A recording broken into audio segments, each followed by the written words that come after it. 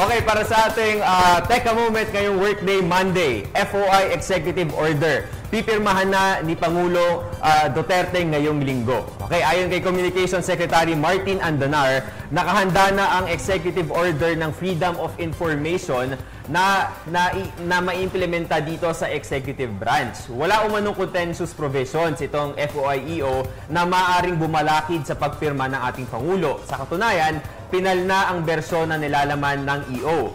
Natagalan lang ang pagpirma dahil nga naungusan ito ng paglabas ng magandang desisyon ng Permanent Court of Arbitration sa kaso ng Pilipinas laban sa China. Ang dokumento ng FOIEO ay tinutukan ni Chief Presidential Legal Counsel Salvador Panelo at ni Executive Secretary Salvador Mediadela. Okay. Ang sakop ng EO ay ang lahat ng ahensya ng Executive Department. Kasama nito ang government-owned and controlled corporations. So, PTV kasama dyan. Good news to start this week. Makikita natin kung gaano talaga kaseryoso si President Duterte sa pag-bring about changes to our country. Kasi it sets a tone na mayroong accountability talaga ang gobyerno sa kanyang citizen. And it will build trust and confidence between the government at saka sa mga citizens natin. Kasi they have access to public records. I'm excited to know kung ano yung content ng ating FOI under the executive order of President Duterte sa pagpirma nito. Kasi kung ano ang extent nito, no? Ano yung mga dokumento na pwede nating hingin, paano natin ito iingin, ano yung exemption, exclusion, para malaman natin kung ano talaga yung pwede nating ma-access, kung ano ba talaga yung concern ng mga records na pwedeng makuha ng kahit sinong citizen.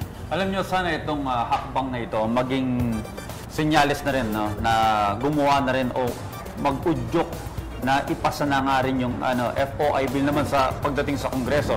Dahil alam naman natin, ang saklaw lang ng EO na ito ay yung mga government departments. Pero mahalaga rin ipasa ito sa Kongreso at sana nga ito na yung maging inspirasyon sa ating mga mambabatas para naman hindi lang yung mga in-appoint na ng Pangulo yung ating masisilip, kundi maging lahat na rin, pati local government units. Pero actually, itong FOI, nasa constitution na rin ito.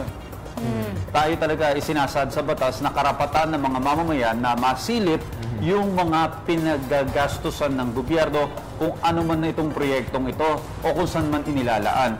Pero gayon pa man, noong 2011, nagkaroon ng parang online people's budget kung saan makikita na rin sa pamamagitan ng internet yung mga transaksyon o yung mga paglalaanan ng proyekto ng pamahalaan. Gayun pa man, hindi ito detalyado. Sa ngayon, ginagawa na ito ng 54 countries.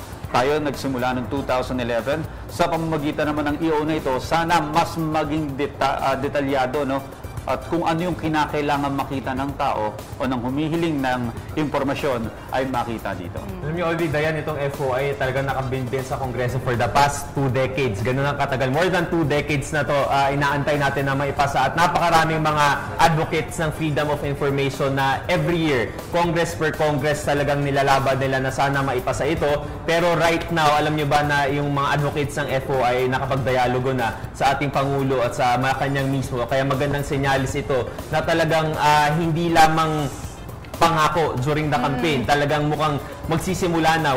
Hindi pa natatapos yung first 100 days ng ating Pangulo. Marami ng mga pagbabago nangyayari. So magandang simulain nito para nga sa transparency and accountability ng gobyerno. One very good effect na looking forward ako sa FOI, yung to fight also corruption. Kasi syempre matatakot na yung mga nasa gobyerno kasi may access na tayo sa mga records nila. So we're looking forward for the signing of the Executive Order of the Freedom of Information. Alright? Hi! Ako si Ria Fernandez. Mag-subscribe na sa PTV YouTube channel. I-click lang ang subscribe button.